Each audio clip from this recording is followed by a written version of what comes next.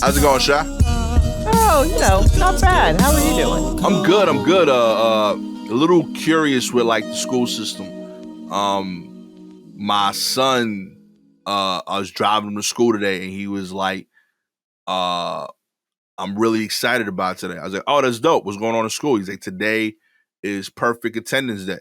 I was like, "Okay, what does that mean?" He's like, "We spend the whole day playing video games." I'm like, "Okay, is that like for people that have perfect attendance?" He's like, "Oh no, it's everybody." I'm like, "So I don't understand what we're celebrating." And he's like, "I don't know either, but it sounds awesome." What? So I don't know what the hell happened in class. I don't know what they announced. I don't know what they achieving. I don't know what they applauding. I know he has good attendance. I know it ain't perfect. So Right. he shouldn't be celebrating. I don't understand what he's getting out of it. But he was hyped as hell. They told him about video games getting played today. And I wonder if it was a trick. I hope so. I really do. I really hope he I know he has like his little like spectrum moments where he like misreads emotions. I'm sincerely hoping they pulled the wool over his eyes. And he comes home and he's like, "Yo, that was some bullshit." And I'm like, "Hell yeah." Because it sounded like it as a parent. Yo. Oh man. I don't know. But he seemed really hyped about it. So we'll see. Have you ever gotten a perfect attendance award in your school years? Well, I attended, yeah. I think I got it almost every year. I think I missed. Okay. Yeah. I would say from kindergarten to like senior year of high school, I missed single digit days total. What? Yeah, from like all of my years. I had several years where I had perfect attendance. What? Yeah. You nerd? Yeah. Well, like, a few things, right? Like my dad owned a store. So like you can't be like stay at home. He got shit to do. Like, yo, you Gotcha. going to work, you know what I mean? Because I ain't bringing you to the store in East New York, and I can't stay home and not open the store. The store's open. You know what I mean? They don't talk about that enough. Ak Poppies, they don't get sick days. The store's always open. Right. So yeah, I definitely was always there, and the store's open early. So he gotta get to work early. I was always early. Like PS3 45, those 3 years, I was there with I saw the crossing guard show up. Like it was early. I would see them. Like I would see when that lady got out her car. I knew who she was dating. Like the whole thing. No, everybody else I know, they don't know when the crossing guards show up. When they leave, I seen it. You know what I mean? I seen when that lady gets there. I know the house that she got the local relationship with, might even be cheating with on her man that she hangs out with in the middle of the day when, you know what I mean, there's no like classes. Yeah. So yeah, I seen the whole spiel. But yeah, I was always there early. And I know junior high school, I never missed a day all 3 years. I was late there once because of traffic. Elementary school, I would have like days if I was sick. So I think I missed like maybe 2 or 3 days during the first 5 years. Okay. And then high school, I was never late officially. I had one lateness that I fought and got removed because of it was a late pass thing. Like I was absent the day before because of my braces. And when I showed up the next day, it was the first day I had been absent in 3 years. Because again, I'm never absent. So I showed up to class early the next day, like normal for first period. And the teacher and I have a 15-minute convo, kicking it, the whole time. And then 10 seconds before the bell's about to ring, I was like, "Hey, by the way, I asked him, who do I give this note to about yesterday?" And we'd been discussing that I was absent yesterday for my braces. And he's like, "Oh, you're gonna need to go to the office for that to get it stamped. And now that you're gonna be doing that during the start of class, also make sure to get a late pass." And I was like, "Yeah, it's fucked up. We've been talking this whole time. You could have mentioned, before we continue, go get the late pass." Yeah. So I was like real tight at homeboy. So like when I went over there, they tried to give me the pass, and I was like, "Nah, like I'm not leaving this office without talking to the principal, because I got no late passes ever. I ain't getting detention on a technicality because the teacher wanted to be a dick, and not tell me to go get a pass." So yeah, I was wild ignorant with the principal, but he understood my point. And then I came in, put the note down, and he's like, "Where's your late pass?" I was like, "I don't need it." You know what I mean? The people won. And I sat down straight up. And did that teacher hate you from then on? He hated me before that, but he hated me more now, you know? Oh, okay. So yeah. It was beautiful. I felt good. But yeah. I mean, the idea of if you don't go to school, you got to come to work with me is wild. My mother was just like, I mean, we didn't do it often. Like, I need to stay home. I'm sick. I mean, if we did it, we really meant it. Yeah. So I didn't miss like a lot of days or anything like that. But she was just like, all right, well, I got to go. So you were just home? Yeah. Look, it was different. Yo. It was different in the 80s. I was already in charge of children. You know what I mean? Like, I just stayed home. That's so wild. Yeah, no, I don't need, I couldn't, my mother worked in she worked at as an insurance claims adjuster. So just like in a big call center kind of room. My dad, was a bank auditor, but he had an office or whatever, but he still shared a space with people. Yeah, they're not going to bring us to that. Just stay home. And we're like, okay. And we stayed home. Like, what was I going to do? I probably actually did not feel well. And I didn't drive or anything like that. Yeah. So, I mean, I could walk places, but where was I going to walk? I was going to go to the bowling alley in the middle of the day that was across the street, or I could go to the grocery store that was behind the bowling alley. Like, that was it. So I'd go to the grocery store, get soup and all that kind of shit, and then just come home and cook it and then just sleep. I mean, really, I like sleeping. That sounds awesome. Yeah, I ain't gonna front. Yeah, I mean, like, that was basically it, at some point. Yeah, my mom was just like, I can't. Maybe when we were very young, she'd try to stay home, but like otherwise, once we got old enough to walk home by ourselves, and I was in charge of like my sister and her friends, like on the walk home, right? It was like, oh, you good? Yeah, I got to go to work. It's a game changer. I can't front.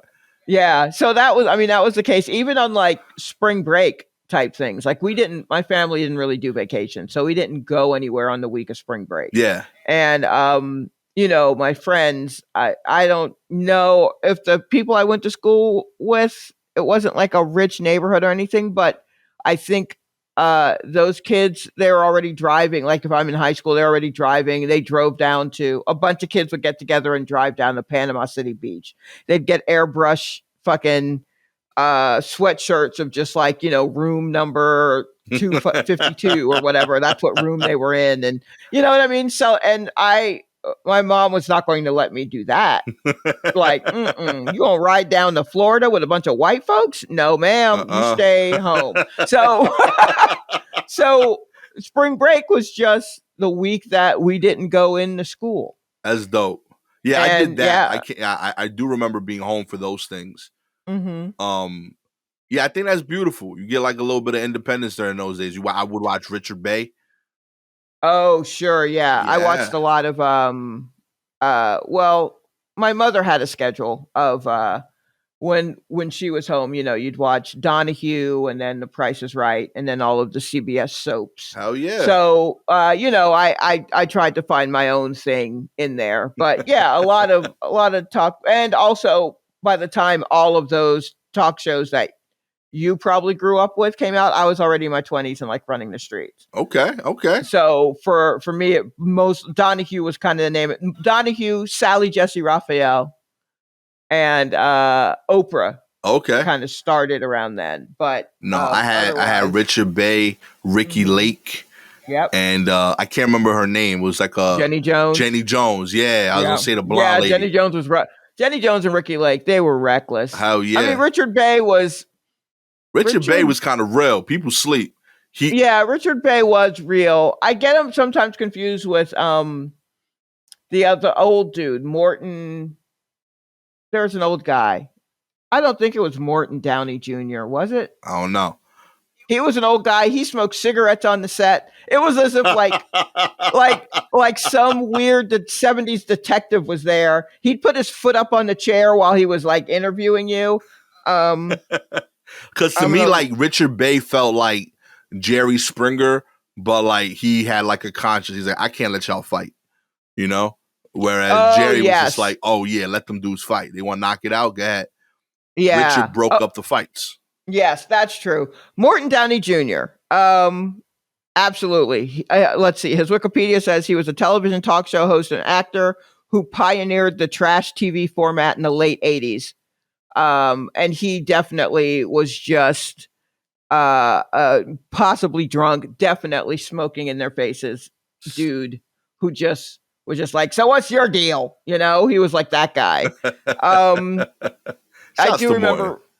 I do remember Richard Bay. He did try to break up fights. Remember Geraldo Rivera had his show. Yeah. He had a chair thrown at him when he had the skinheads on. Yo, that era was different. It was wild.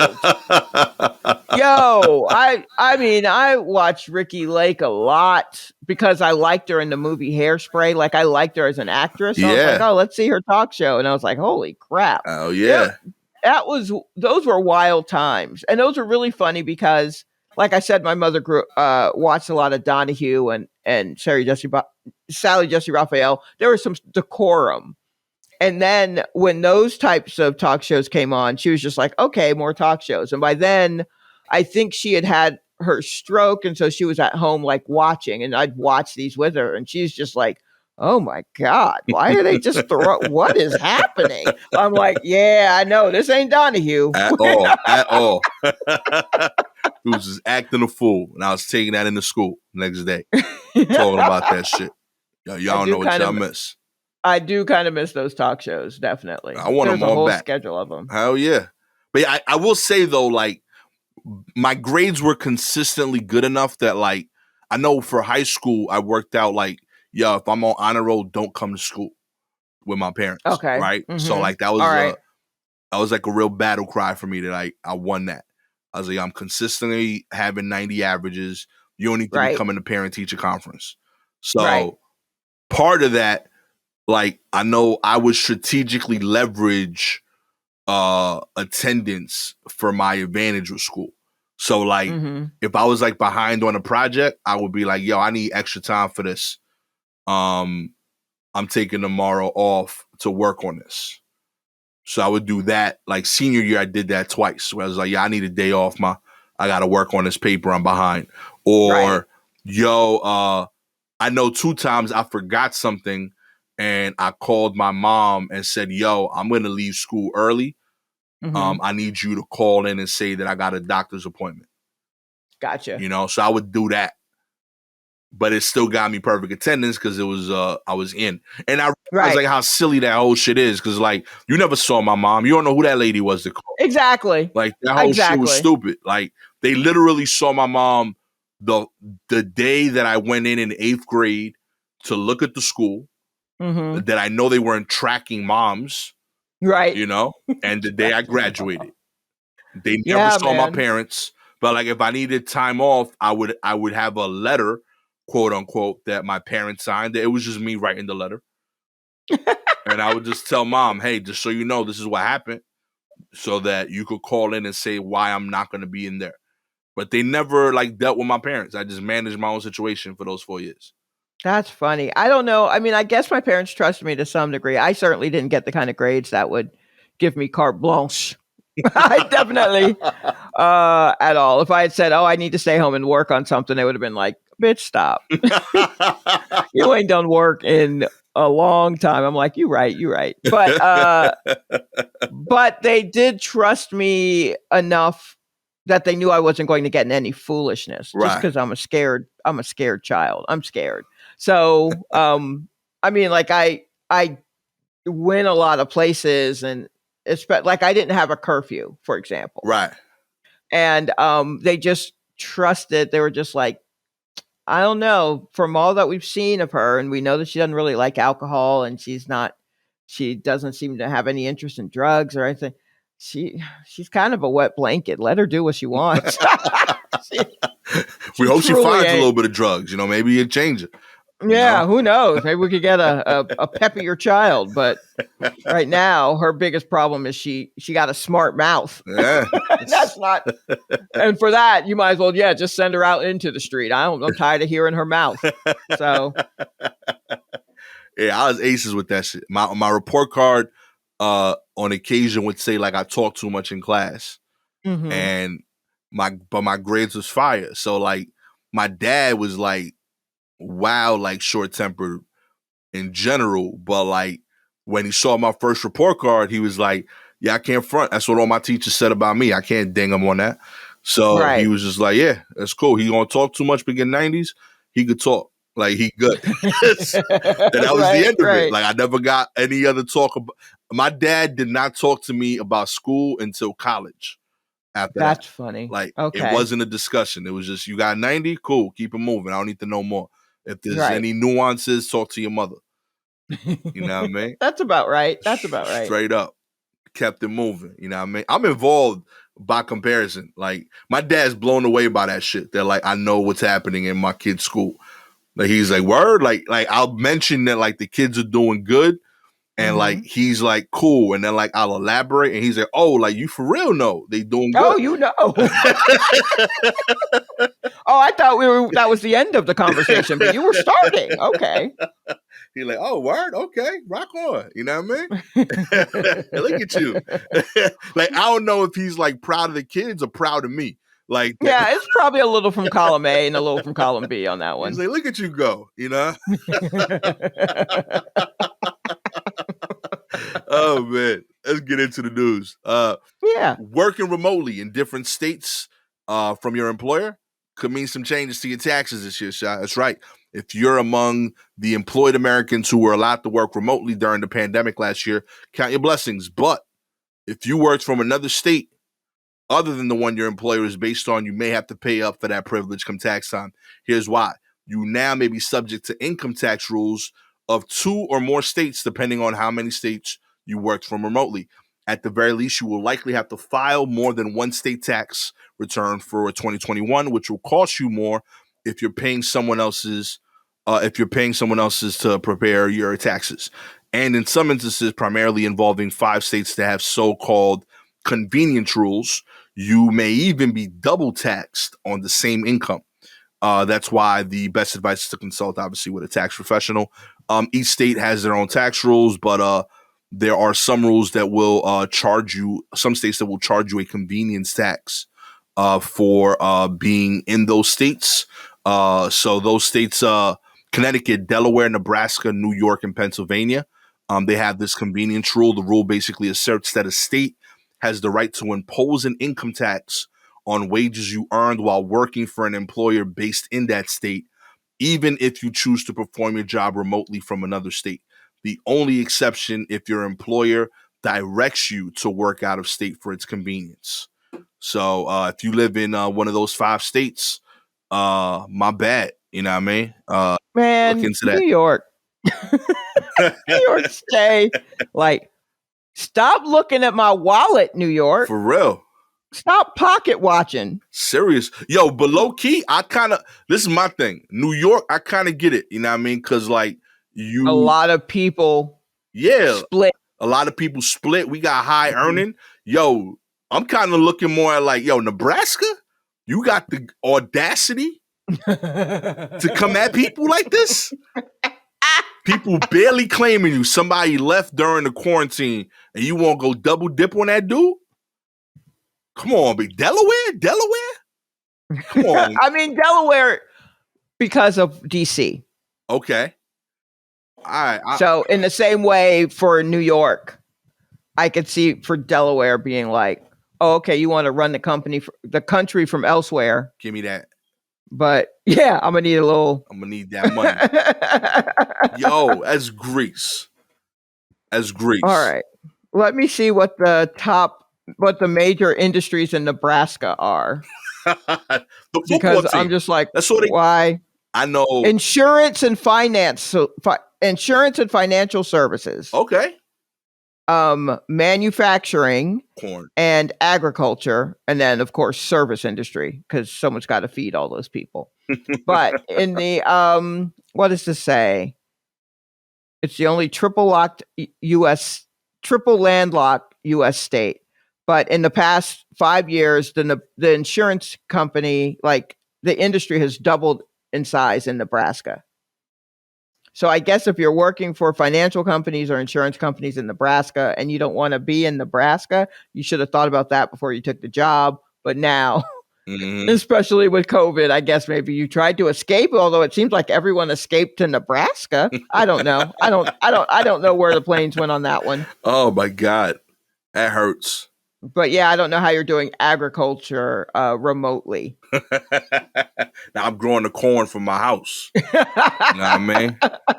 I just got a camera on the field and I'm just watching it through my Ring camera. I see y'all corn huskers. All right. Double dipping. Respect. Oh, man. One of Domino's most popular deals is getting more expensive this year, Ooh. That's right. Domino's is raising the price on one of its top promotions. The pizza chain announced that its mix and match deal, which lets customers choose 2 or more items for $5.99, will soon cost $1 more for delivery orders only.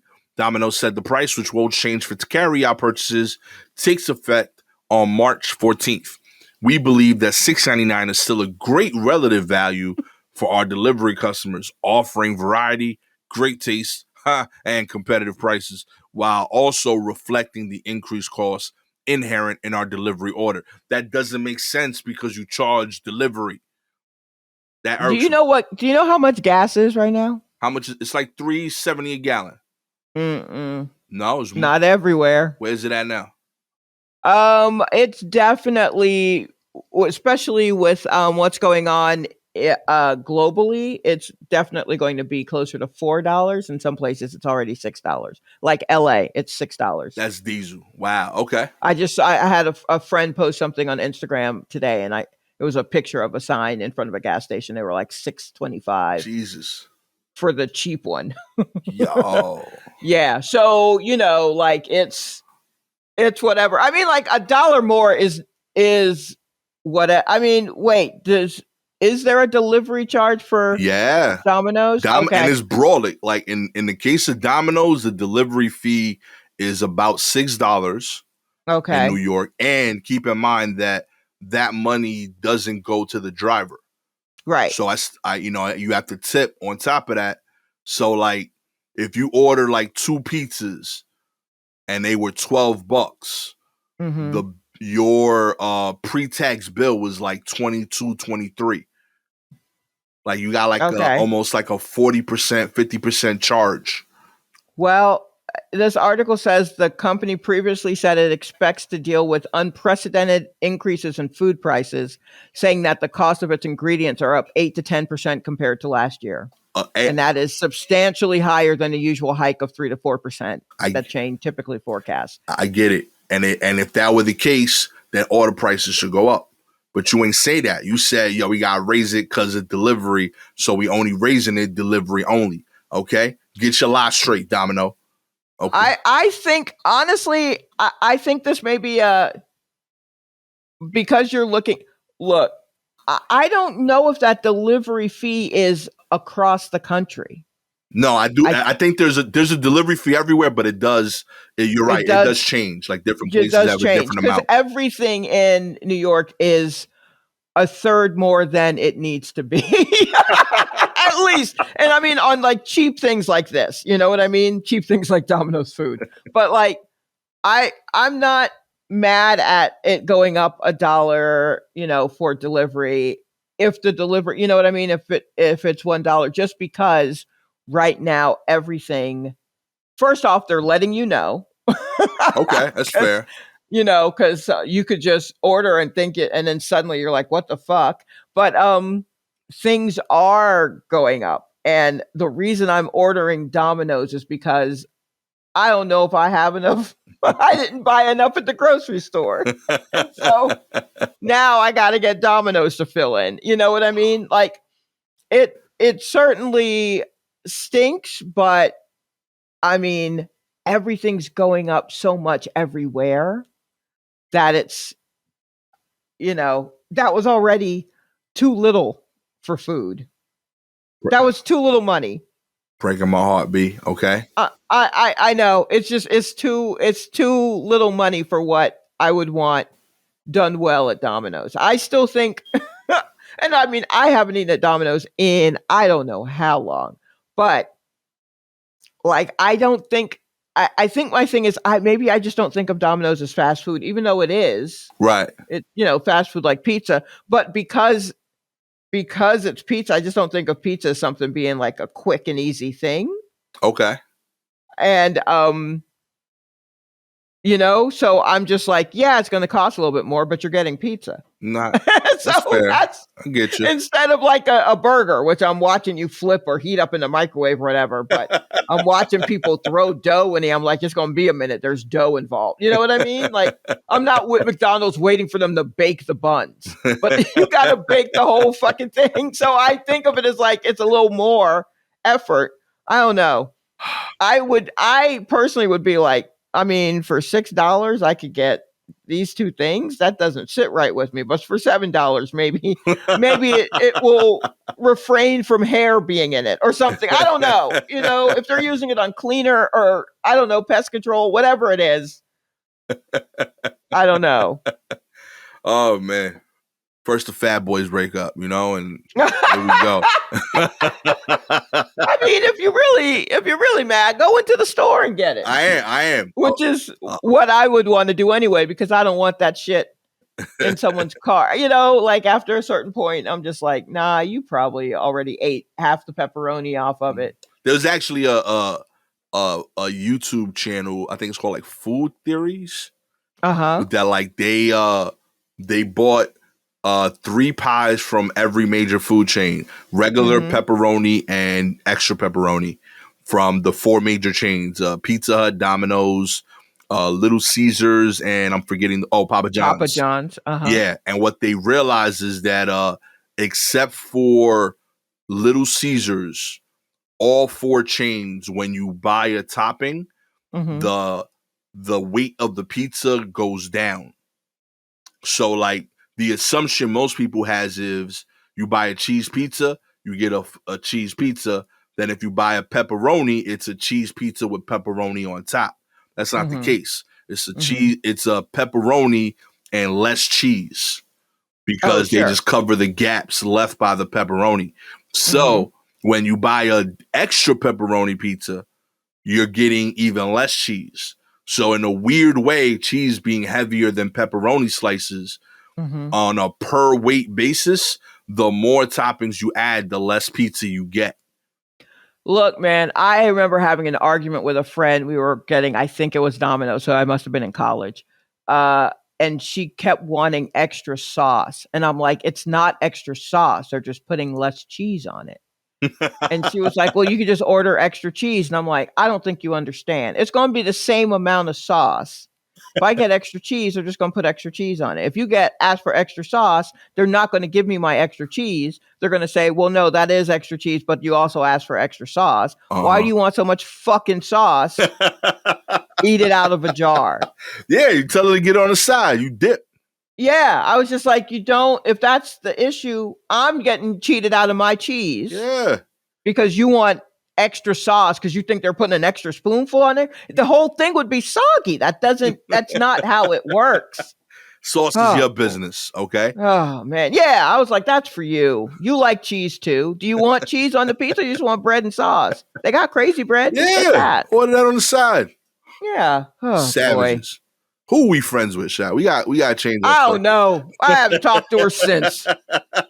Good decision. Your life is better for it. Child care worker shortage strands up to 500,000 families. Nearly 500,000 families are estimated to be stranded without reliable child care, exacerbating the nation's worker shortage as parents continue to stay home, according to a new report published by Wells Fargo's economists on Tuesday. Adds to a growing cachet of economic evidence highlighting job losses in sectors and the ripple effects the nation's beleaguered childcare industry continues to have on the U.S. economy. Employment in the daycare service industries remains 12.4% below its pre-pandemic levels as compared to total employment deficit of just 1.9. By Wells Fargo's estimates, that leaves about 460,000 families scrambling to find reliable long-term childcare. So it's not to say that all 460,000 of them are unable to work, but it means that they're going to have to find different childcare arrangements, whether that's a higher cost nanny or relying on family members. Man, the cracks that COVID has illuminated. Word up. Like, if COVID was a bright light behind something and just shining through all of the cracks in our society, this is a big one. Childcare, all stuff but childcare is a big one. Just a huge crack that's no one talks about, but it's so everything it teeters, and it's wild how powers that be don't seem to care. Like, it's such a mess. Yeah. I truly feel for anyone with kids. Like, I feel for you if you're having to deal with the school system in general, but if you're having to look for childcare and there's no real, I don't know, what am I looking for? Like a uniform, it's a free for all out there. Yeah, it's rough. It doesn't pay nearly enough, but it costs a lot, which is wild. Yeah.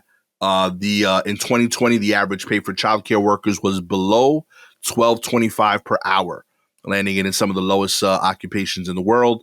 And women accounted for 96% of the workers, so it's almost like a double feeding thing. And women with children under the age of 3 have a labor force participation rate that's 28% lower than men with children under the age of 6. So like all these things kind of connect in a way, you know, like you have women who represented a large portion of this workforce, mothers who are mothers of young children struggling to find childcare that they trust, are being the ones that are most affected by this, whereas the dads are obviously leaving the kids, it sounds like, with mothers and going to work. So yeah, there's like a big chain reaction happening here. That's pretty unfortunate, you know? So yeah, to Shad's point, you know, hug a mom if you see one, you know what I mean? Yeah, she's so tired. Yeah, yo, she's doing a lot of double duty over there. Let her sleep on your shoulder for 5 minutes if you need to. It'll be a very deep but necessary sleep. Just let her snore, give her like 6 minutes, and then just shake her a little, and she'll wake up and then just go back to what she was doing. But let a mom rest. Straight up. Let a dad rest. It's rough. Yo, it's real rough out there. And if you see them in your Zoom business meetings, you know, and maybe they shirt ain't iron, let it slide, B. Okay, let it go. She juggling other shit. Okay, maybe she ain't had time to blur the background so you see the chaos happening. Right, okay? But she showed up. Okay. Also, it's brave of her to even have the camera on at this point. Respect, word. She should be audible only on Zoom. Yeah, okay? Absolutely. You knew what it was. Straight up. Don't even plug in the camera. Okay. Mothers, you have my permission, okay? Yeah. Not that you need to do it. Yeah. That's it. Boom, done deal.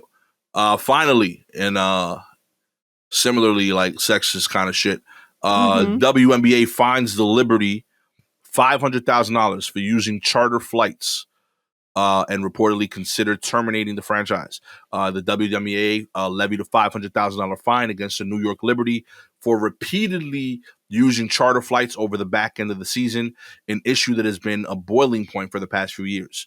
It's a league record number that was reduced from 1 million, and including the removal of Liberty executive Oliver Weisberg from the league's executive committee, according to a report by Sports Illustrated. The use of charter flights is considered a competitive advantage since not all franchise owners are deep-pocketed enough to pay. So it's a violation of the collective bargaining agreement. So yeah, that's the issue that the WNBA is presenting to the team. This came about because at the 2020 All-Star Game, some of the WNBA noticed that Liberty players had shown up for different events and their travel itineraries didn't match up. And they looked into the Liberty's travel records and realized that they were using charter flights. Liberty owner actually has been advocating for the entire WNBA. Joseph Tsai has been advocating for the entire WNBA to find a charter sponsor so that every team could have their charter to fly around their players. Right. They currently use, first class tickets, but they use commercial airline flights. And this has led to a few different issues, in particular during the second half of the year that happens to coincide with heavy travel season in general. Most notably in 2021, the Chicago Sky, their team was leaving and had to be dispersed amongst 3 different commercial flights after their initial flight was canceled, with the first one leaving at 3:30 in the morning. And this was for a semifinal playoff game that they were playing in. And this ended up with their center, Liz Cambridge, sitting in a regular seat that she had to pay to get upgraded herself out of pocket, because she is 6'8", you know? So she's like, yo, like, I don't fit in this regular seat that you were able to find last minute. Sai's whole point is either A, if you're a WNBA franchisee owner, you shouldn't be broke, right? Like come the fuck on. This is a basic need if you own a WNBA team, come up off them ducats for a fucking charter. Seriously. Okay, so what about the male NBA? All of those dudes is private. If y'all don't get my women some goddamn planes, this is damn ridiculous. Seriously. I fully get the lower pay because the league doesn't bring it in or whatever, but charter flights should be a given to protect those players and have them play optimally and be rested. And to Joseph's point, that seems like a valid solution. He's trying to figure out a way to get a sponsorship so that they all have it. It's nuts that you have a player, a professional athlete in a profitable league that's affiliated with the NBA. So even if you're saying the WNBA doesn't make this kind of money, the total thing definitely does. Yeah. So somebody's making money, or else nobody would want to own the team. Yeah. I can't. Oh, that's infuriating. Straight up. Just get them some goddamn planes. They are tall. Straight up. They are tall. And they shouldn't have to wait till 3:30 in the morning. Yeah, they're tall. Game. You want them to play well so you can win, so that everybody can make more money, so you can get more planes, whatever. There's that. There's also just being a tall woman in public. So there's the psychological effect of riding around. And I'm not saying that they're different from everyone else, but I'm saying at their job and getting to and from, they are different. You know what I mean? If you were to put fucking any male NBA player on a plane, just sitting there with the hoi polloi, right? He's going to be annoyed. What makes you think that the women aren't going to be annoyed with that, even if they are all up in the front? Get them fucking planes. I don't understand it. Completely unacceptable. This is such bullshit. Y'all stop jerking these women around. Yo.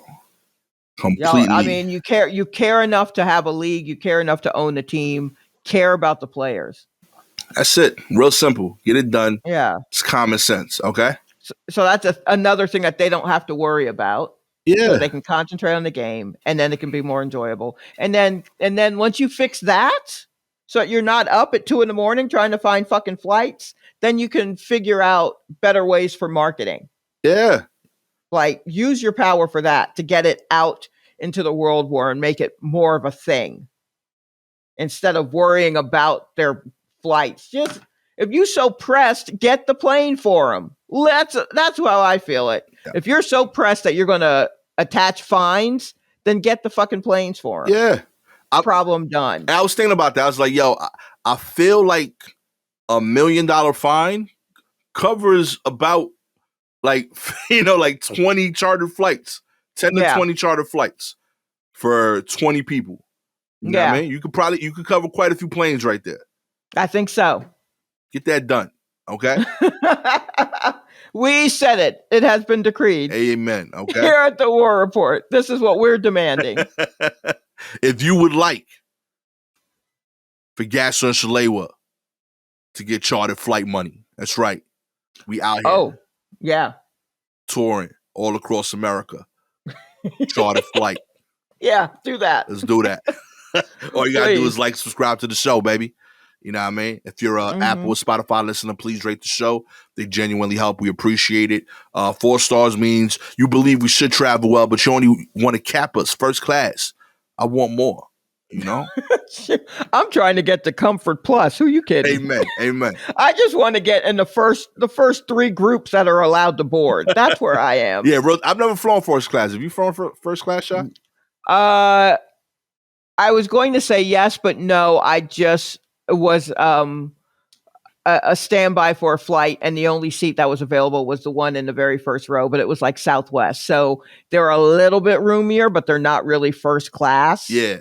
And then the flight attendant gave me an attitude like, are you supposed to be here? And I was like, bitch, I've been asleep in LaGuardia all night. I'm supposed to be wherever I am. It was terrible. Get it right, okay? Yeah, get it right. So, no, I have not been in first class. There you go. That's the new goal. Never mind. We'll take the first class seats, okay? Yeah, we'll take first class.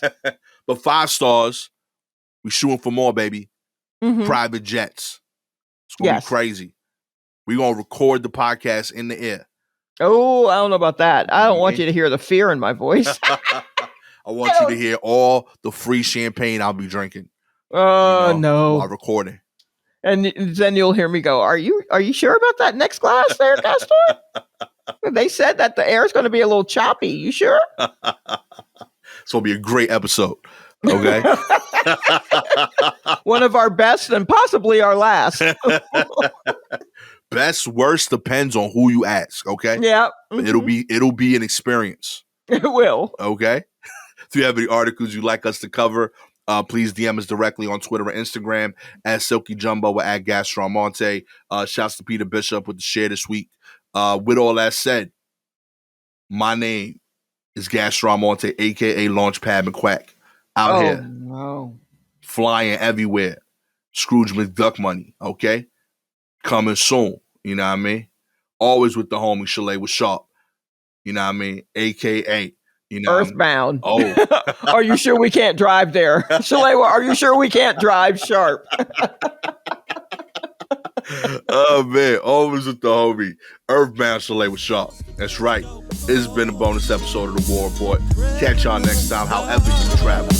Peace.